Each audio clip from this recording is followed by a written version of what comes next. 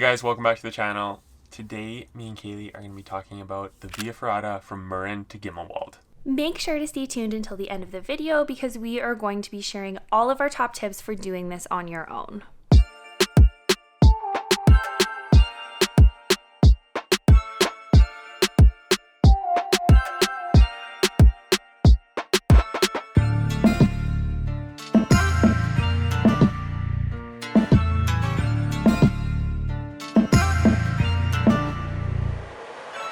This was, without a doubt, the scariest thing that I personally did in Switzerland.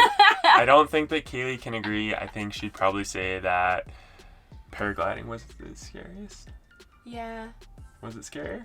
What do you think? I don't know. Okay, so David found this really intimidating. I did fine with it. I thought it was great. I felt very safe being clipped in.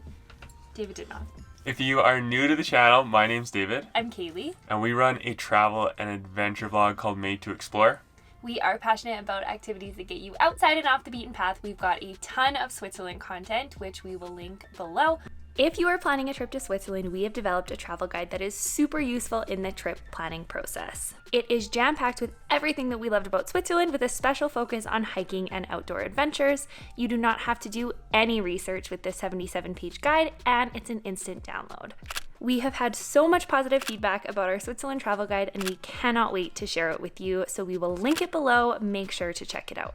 So first things first, what is a Via Ferrata? A Via Ferrata is a protected climbing route found in many mountainous regions across the world. Think rock climbing for beginners with more pronounced steps and handholds. These routes consist of steel cables, steps, ladders, and bridges that are securely fastened to the rock. So Via Ferratas are really cool because it gives people like us who are experienced hikers but not very experienced rock climbers a way to see these really cool areas that you would otherwise not be able to see. Yeah, exactly. The Murren Via Ferrata is very unique in the fact, for us, that you can do it with or without a guide. In Canada, that just would never be a thing. It wouldn't be like, oh, you can just try it if you want. Yeah. But in Switzerland, it's great because you do have the option. So we probably wouldn't recommend doing this as your first Via Ferrata. If you've never done one, it's always a good idea to do one with a guide first.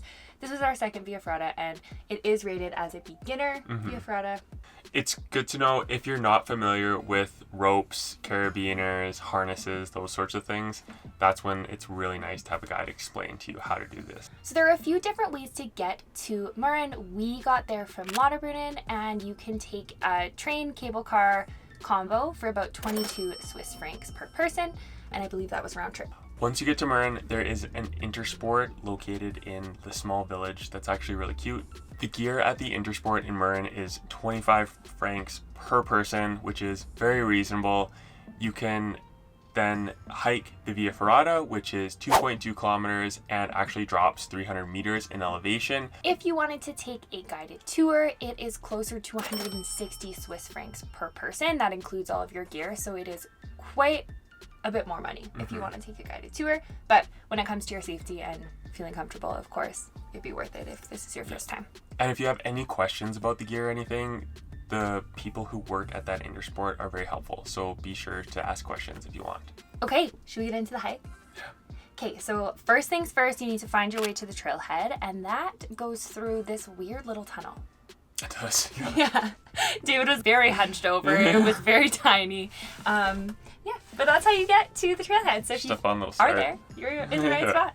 You start off walking a little ways, just kind of like on the trail to get your bearings, but pretty quickly you come up to one of the most intimidating parts of the Via Ferrata, which is that huge cliff. This part was kind of surreal because you're stepping on these like rebar steps that are made out of the mountain.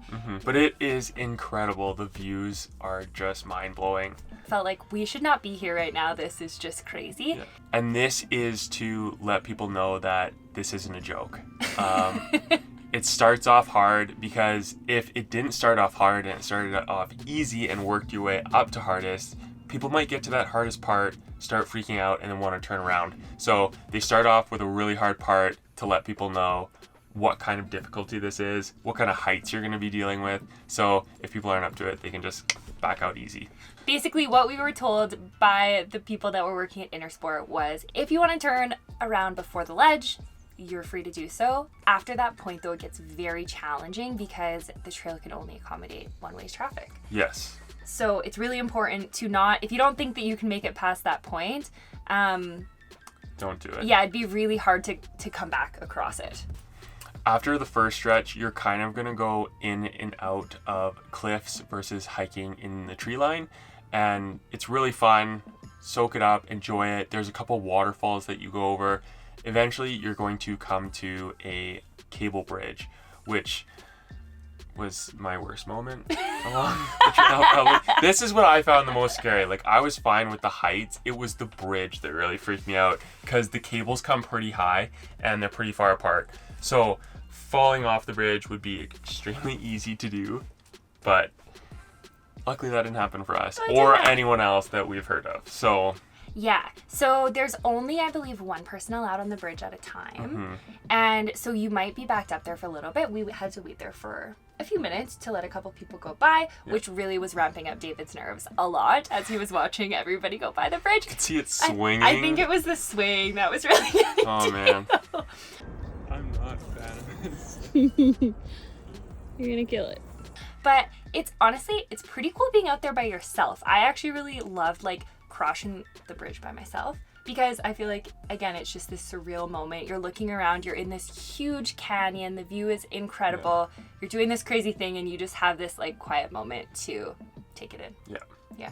And also watch the paragliders coming down, which is also neat. Yeah, there's they're constantly doing it. Tons of paragliders coming down into Lauterbrunnen, so that is also very cool. After you cross this bridge, you are pretty much at the end of the hike, and good job. Well done. So you have a couple of options at the end of the Via Ferrata. You can either hike back to Murren, which is around 2.2 kilometers. You can hike back a different way than you came, obviously, or you can take a cable car from Gimmelwald back up to Murren. It comes like every 10 minutes, and I believe it was less than 5 francs per person, so it's very reasonable. There is a zip line as part of this Via Ferrata. It's quite short, but I believe you can only access that if you are on a tour. So if you're interested in that, that is something to keep in mind.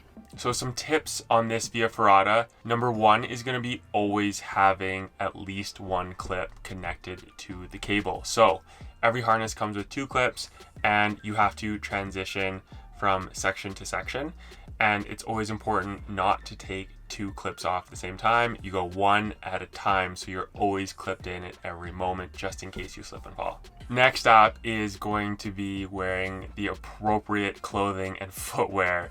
So don't wear really loose clothes that are going to be hanging down, getting in the way, and use really good footwear, because if it does possibly rain or the trail is wet, it is going to be slippery. So you want to have good grippy shoes. I believe Intersport does rent shoes. Yeah, I think so. Or you can bring your own hiking. We wore hiking boots and that worked out really well. Yeah. You are also going to want to rent a helmet from Intersport, and if you have long hair like me, you're going to want to put it back. You definitely do not want to deal with it getting caught in the cables and carabiners. That just would be awful. So just tie it back, make your life a lot easier. This is one of the best things that we did in Switzerland, and especially in the Lauterbrunnen Valley. It's just amazing. Highly recommend it if you are going to this area.